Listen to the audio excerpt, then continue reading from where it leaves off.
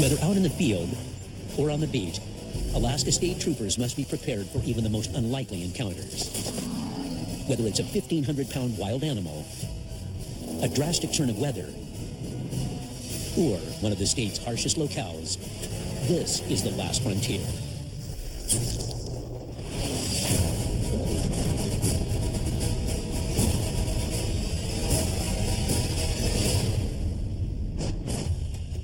Home to one of the biggest gold rushes in U.S. history, Nome was once Alaska's largest settlement. But the harsh way of life here has dwindled its population to just over 3,500 hardy souls.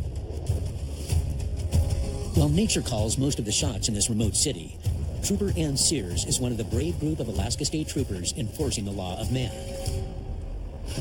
My name is Ann Sears. I'm a state trooper posted in Nome, Alaska. I've been in Nome for almost 6 years. I'm the oversight trooper for 2 villages right now for Breivik Mission and Teller. Nome itself, since we're on the water, we get affected quite a bit by the weather, just, from our position in Alaska. And it's a pretty rough place to live if you're not used to living someplace that doesn't have any trees, where the wind blows a lot. With 8-month-long winters and temperatures pushing 60 degrees below zero, the area doesn't attract a lot of newcomers.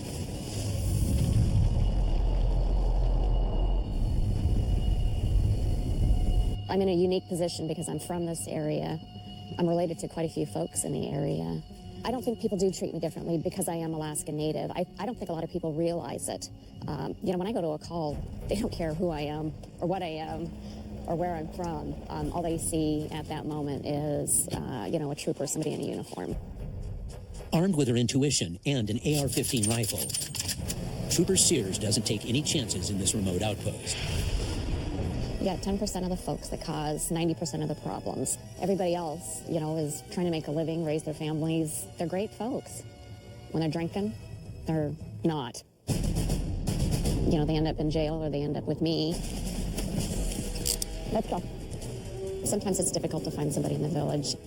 It doesn't take long for folks to figure out that we're there. It's a tough life out here. Going to the village and dealing with calls is the job, and we got to get it accomplished one way or the other.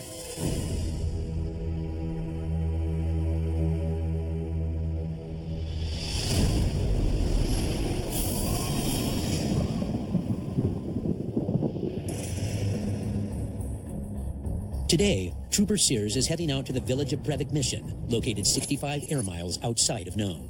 There's a gentleman in Breivik Mission that has a $10,000 felony warrant. His name is Alfred Kakuna, and he's eluded authorities for 2 years after blacking out and choking his girlfriend with a belt. Now, Trooper Sears is making the 30-minute flight to bring him to justice.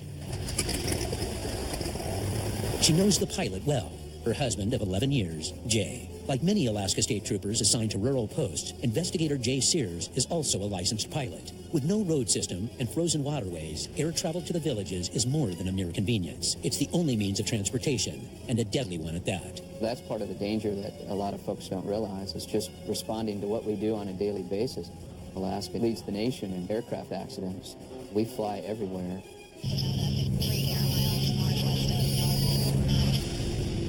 After a half hour, they arrive at the native village. Cool, honey, thank you. Live to serve.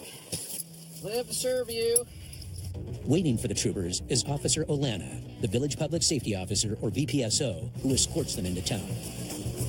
But traveling on the ground is just as challenging.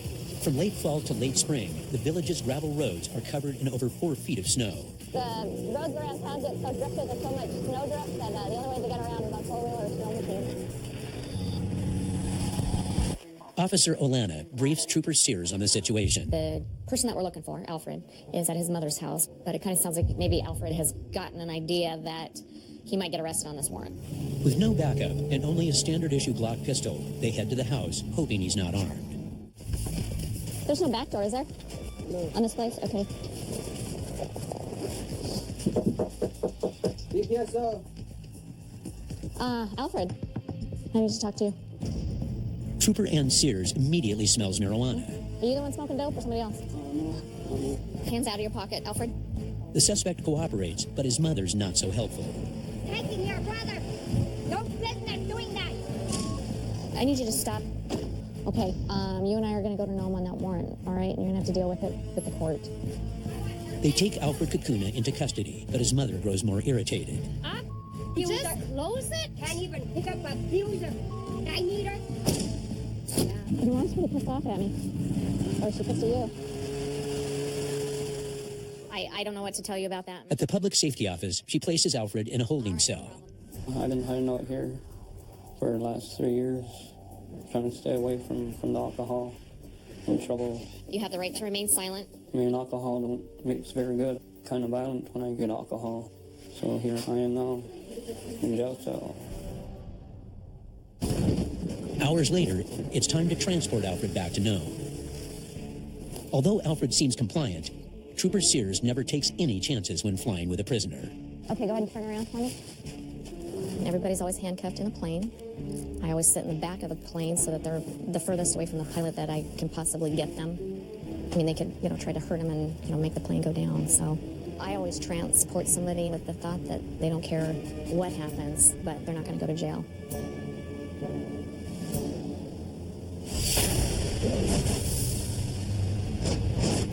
Five months after getting out of jail, troopers arrest Alfred on a new assault charge. Then, 4 more times after that. It's another hard lesson that justice must be done, whatever the cost, in this land of brutal extremes. 550 miles away, nestled between the Alaska Range and the Talkeetna and Chugach Mountains, sits the Matsu Valley.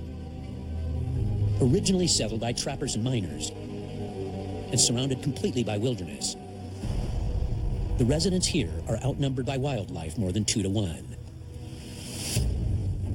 It's a place where a stroll in the park can get you killed by a grizzly bear. With an abundance of wilderness on one side of the city, and the massive Matanuska Glacier overshadowing the other, the troopers must use animals themselves to help trap criminals who easily disappear into the wild. Rolly and I have been a K-9 team for 6 years. Typically, I get called out to track suspects through the woods, track lost people. When we're actually working, he doesn't really care too much about other distractions. He's solely focused on working because that's essentially the most important thing to him.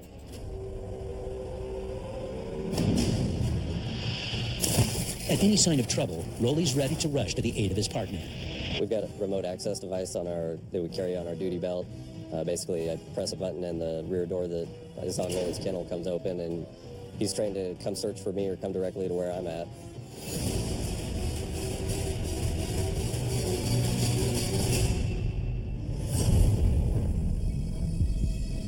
Today, Nelson and Rolly are on the hunt for a notorious felon.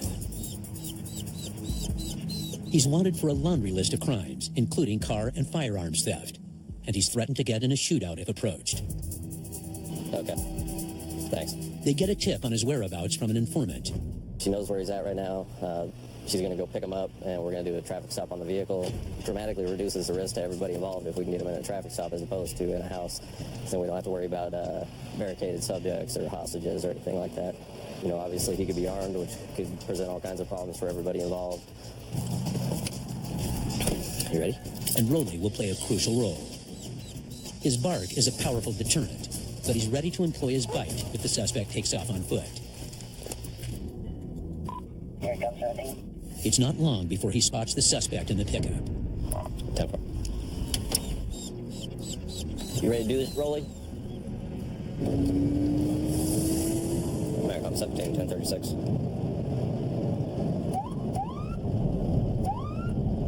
Yeah, C-128, 1023 WPD, any mileage 73629.7.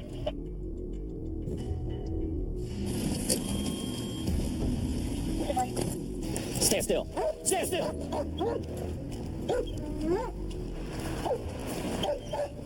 Stand still. Rear passenger, come out of the car. Passenger, open the door. Passenger, open the door. Step out with your hands up where I can see them. Right now. Hands up where I can see both of them. Step all the way down into the ditch. Stand still. A teenage girl clears out of the truck, but her mother is trying to reason with the distraught fugitive. Rear passenger, get out now! Driver, stay where you are! Rear passenger, get out now! Right! Stay where you are! Rear passenger, out of the car right now! Rear passenger, get out of the car! Just a second. If you're gonna stay there, at least show me both of your hands above your head right now. Both of your hands, keep them up where I can see them. Both of them high. Let me see both of your hands, please. Hey, you better talk some sense into him, all right? Tell him to come out of the car with both of his hands showing. Hold on, officer. Hold on, officer, please. All right, this is your last opportunity. Come out now. Wait. Come out now. The man inside the car is armed and threatening to shoot. Passenger, last opportunity. Come out. Officer, wait. Get out now! All right. I got you covered.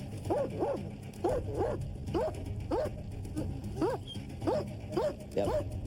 Passenger, both your hands above your head. Stand still. Both your hands right now. Stand still. Stand still.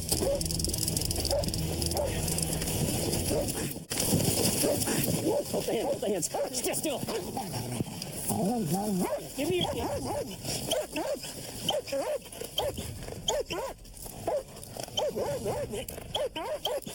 Seconds after avoiding an all-out shootout, the shaken-up driver hands over the felon's loaded gun. Stand still. Anything else on it that's gonna poke you? I got a grenade. No, it's not true.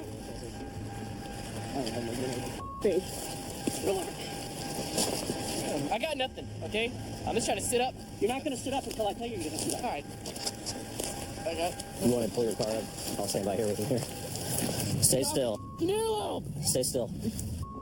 I can't even hold it down. More units arrive to help get the reckless and desperate man under control. Stay still. I can't do it, man. Stay where you're at. Just lay down. Are you ready to get up? I just want your knee off my ear. It's a lot better now. All right. Well, all I want you to do is be calm. Well, I couldn't because Well, killing me. you know, you should have came out of the car when you were told. It would have been easy. Shot when you Well, shot myself. I'm so Better. glad we didn't do that. All right, we're going to take you up to the car, so be cool. All right? Okay? Okay? Yeah, whatever. I love you. You got this up?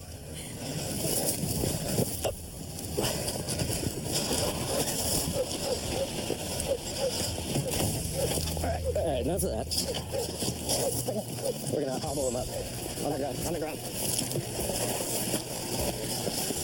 Where your hobble at? Let me grab mine.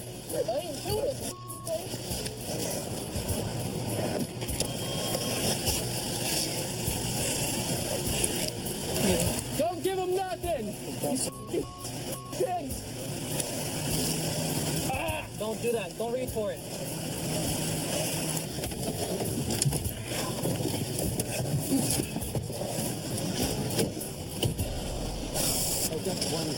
One round from the chamber. Where did you find the pistol at?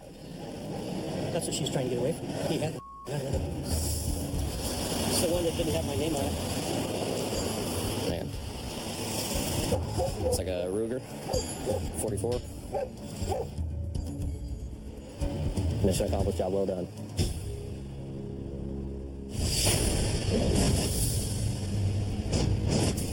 He pleads guilty to violating the terms of his probation and serves 60 days in jail, and has since been convicted of first-degree burglary and is currently serving 5 years probation.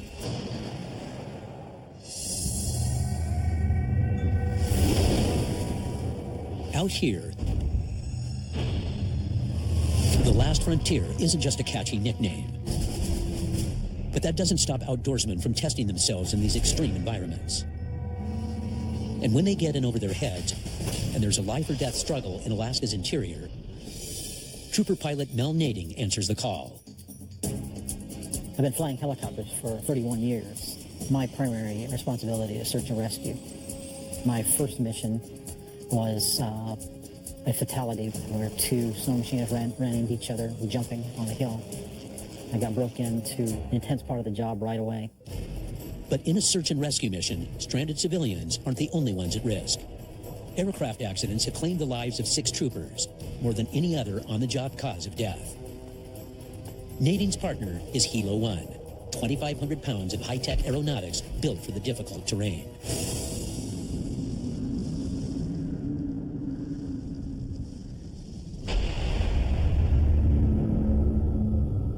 It's February in Alaska's Talkeetna Mountains. Up here, the peaks reach 8,000 feet. Temperatures drop to -48, and the wind gusts up to 51 miles an hour. For the unwitting, the Talkeetna Mountains can be a death trap. Yesterday, late, we had 2 snow machiners that managed to get up into the fog by staying too late, got low on fuel and separated. Unfortunately, one of the individuals had the only cell phone and the only GPS. This has been ongoing all night long. We don't know the condition of the second person. The worst case scenario is usually pretty grim.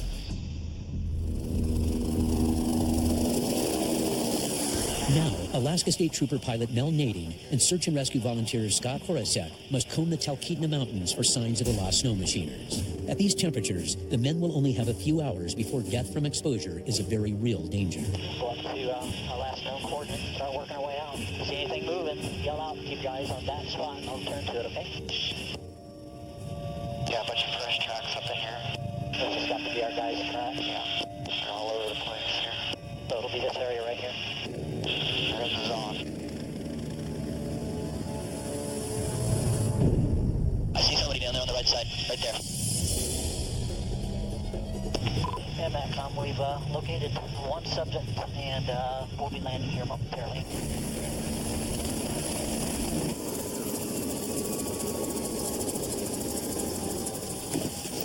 Hi, are you John? Yeah. How you doing? No, we haven't. John's stable, but fearful his friend Dave may not have made it. The men lost each other along a dangerous cliff. It was blowing and almost a whiteout on top of the mountain. I told Dave, I said, let's go across here where there's a bald spot and head up the mountain. And he said, yeah, that's okay. And I figured he was going to turn around and follow me up. And that's the He last still time, might be over on the other that's the side. last time I seen him. Matcom, Hilo 1. Hilo 1, you were 10-1. We knew we would find this one. It's the other guy that we're concerned about. Now it's a race against the clock to save the other snow machiner. And Matcom, Hilo 1 is 1019 back over to the rescue parking lot with John, and we'll be dropping him off there and then continuing the search. Copy. Back at base, troopers work with John to recall where the men traveled. So you came back over to the edge and looked down, but you could not see him. Could you see down the slope from there? And he just wasn't in sight. He wasn't there. Dave knows this area better than me, and it concerns me that he hasn't come out.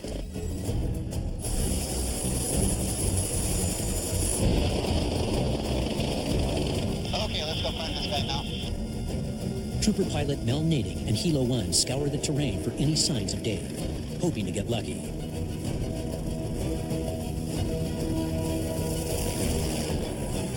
Did John give you guys a pretty good idea of where it might be? He has no idea whatsoever.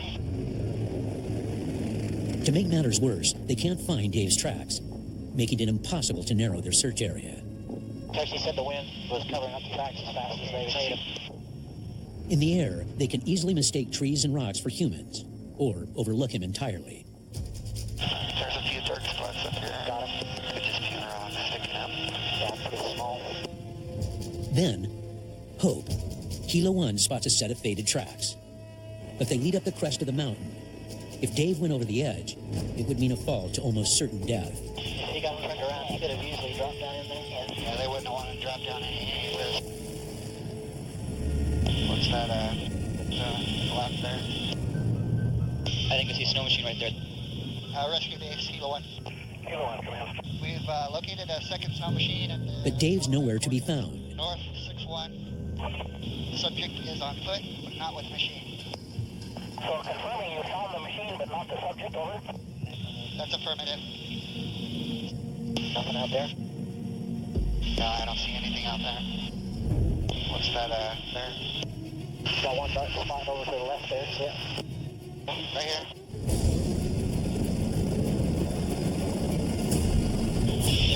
There he is. that there? Got one duck spot over to the left there, so Right here.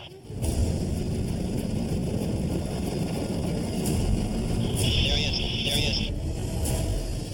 Rescue base going. We have the subject in sight. the subject vertical and moving. That's affirmative. Team 3 base, do you copy? Go for Team 3. Roger, do you copy? The Eagle is going to be picking up our subject. Roger, roger. Rescue base, we're landing at this time. Roger.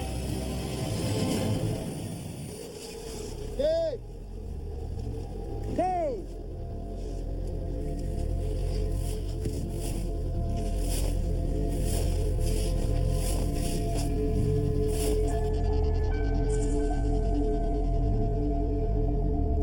Dave, how you doing?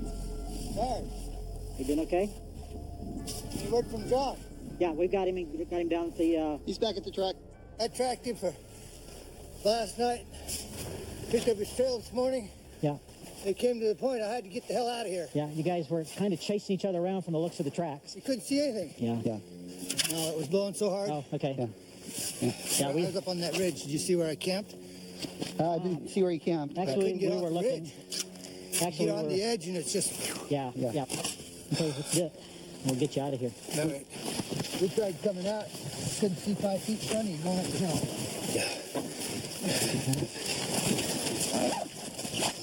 Well, it wasn't no party last night, that's for sure. Wind blowing like... Man, it was cold. Hold on to that. It was cold. Yeah. After being lost in 20-degree temperatures overnight, Dave is finally on his way home. If not for the Alaska State Troopers and volunteers, he might not have made it off this Talkeetna mountaintop alive. It can happen anytime. Man, it can happen just that quick. Nobody knows. So, it's like when you start counting your blessings, being thankful for what you got. Start to thinking about the important things in life. Your wife, your kids, those that are close to you. Okay, so we still got one more team out. Yeah, Team 2's be a little bit behind these guys. You made it, partner. You look like you had a rough night there, buddy. It was cold. It was cold. It was cold. Very thankful that we have people here to do this for us. Very thankful for these guys. That's for sure. Not a problem. Glad you made it back safe. Otherwise, we'd be out there froze.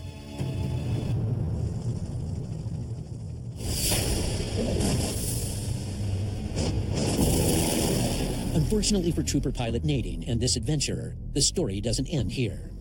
Only 2 winters later, on the remote Ninilchik Glacier, Nadine and Hilo 1 rescue the same man from the bottom of a crevasse.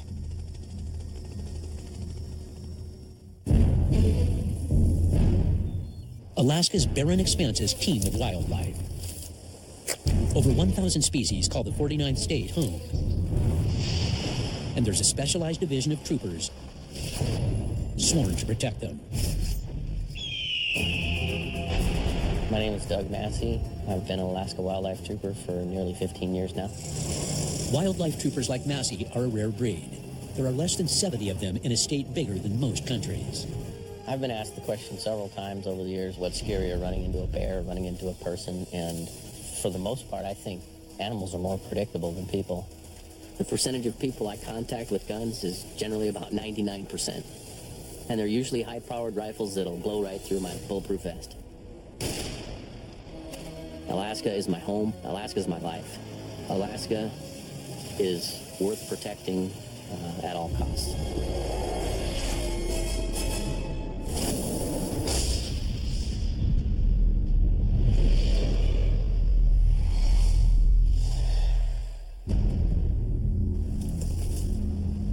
It's moose season, and wildlife trooper Doug Massey is on the trail of an illegal hunter. Hi, this is Sergeant Massey with the Wildlife Troopers. Tell me what's going on. I have a buddy who went hunting yesterday. Long story short, he shot an illegal moose and left it lay out there because he didn't want to get caught, he didn't want to get in trouble. My main concern is find out where this animal is and see if we can make an attempt to salvage it. It's been a day and a half since the fatal shot, so Massey and Trooper Lindbergh must work quickly to save the meat. Yesterday at 9, so it's... AM or PM? AM, it's marginal right now. Yeah, it's been close. I got some pretty crude directions. I'm going to try to see if I can locate the animal from what he gave me. If it's what they say it was, they left the whole animal there, that's wanton waste, $10,000 fine, and a maximum of 2 years in jail, and loss of all equipment and privileges. This right here is considered the most serious wildlife offense.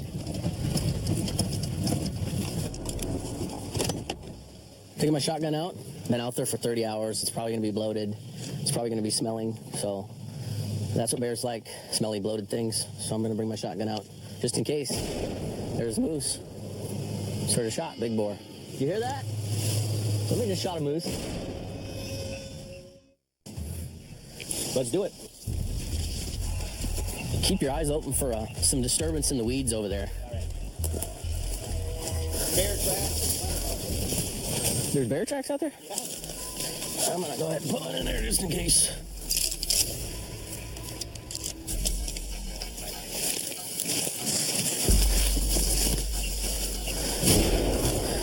Shooting again.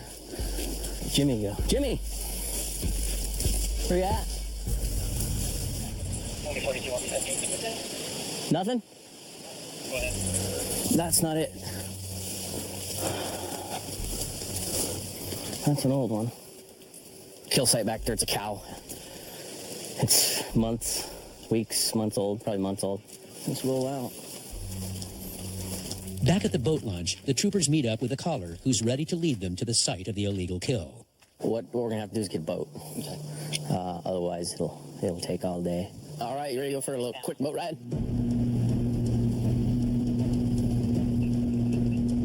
Yeah, real shallow. Inches? Inches at points. Looks like we already got mud in there. This is it. We can't go any further. Shotgun, metal detector, saw. Is it in here? Can you hold that? I just want to have my hand free. Just in case the bear's on it. This is really thick. Did you find it?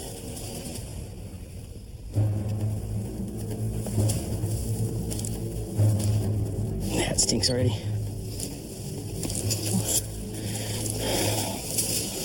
Yeah, that's a bummer. Hair's slipping already. It's only 31 inches. A legal moose must have antlers 50 inches wide, meaning it's at least 6 years old. This one's only 31 inches. They can't save the meat and will cite the suspect for the crime of wanton waste if Trooper Massey can find evidence he killed it. So get on this side.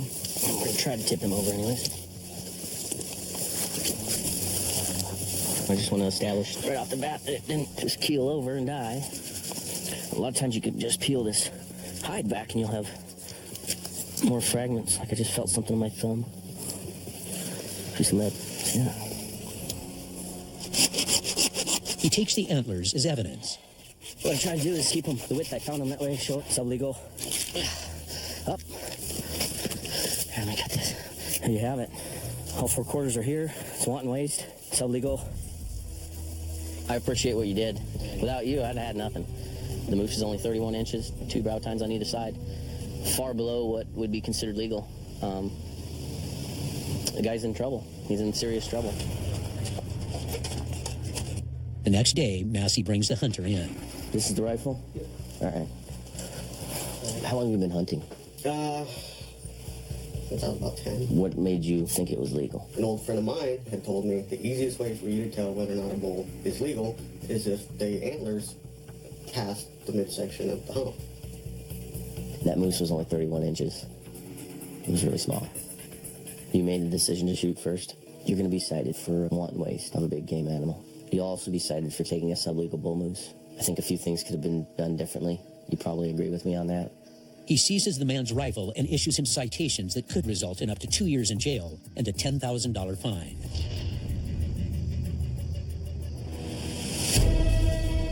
While wildlife troopers crack down on illegal behavior in the bear-infested wilderness of Alaska's interior, the blue-shirted troopers in the cities must keep the peace in the state's growing urban areas,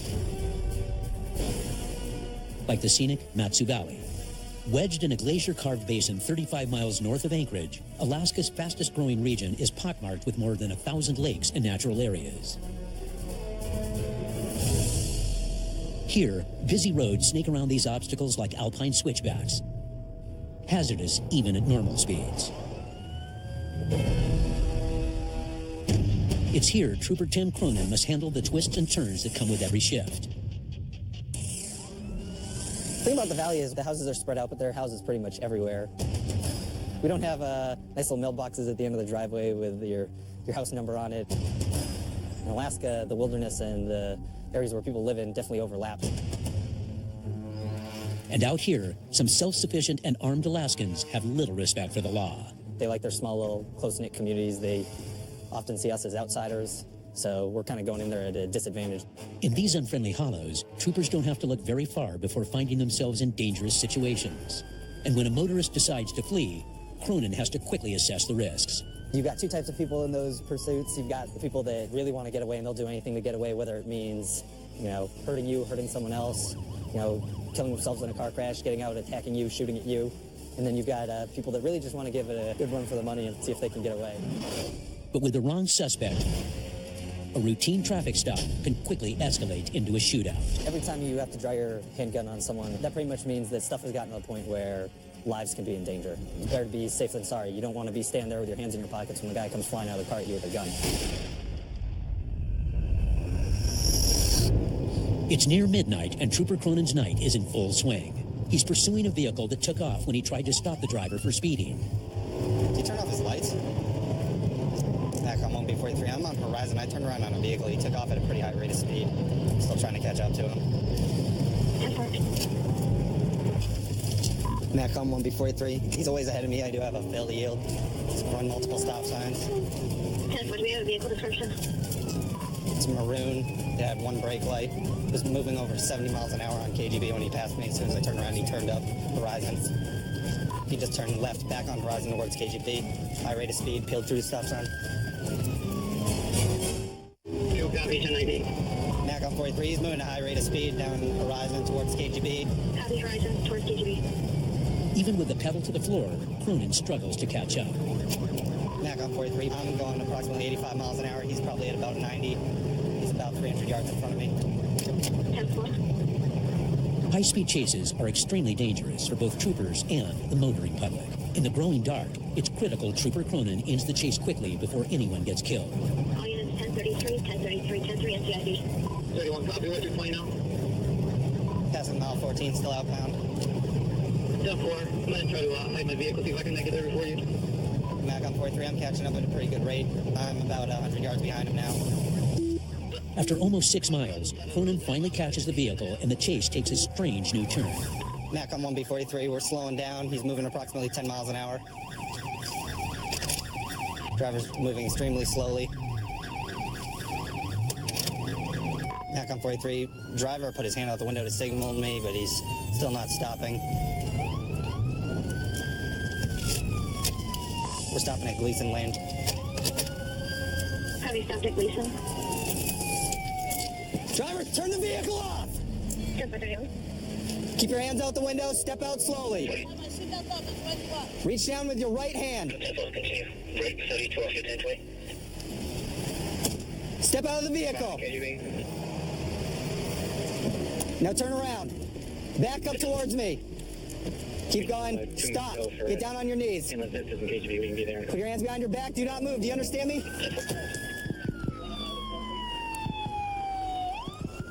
Mac on 43, I've got the driver out of the vehicle at gunpoint. Do not move. Do you understand me? Backup arrives and Cronin moves in. Gonna move in? Do not move.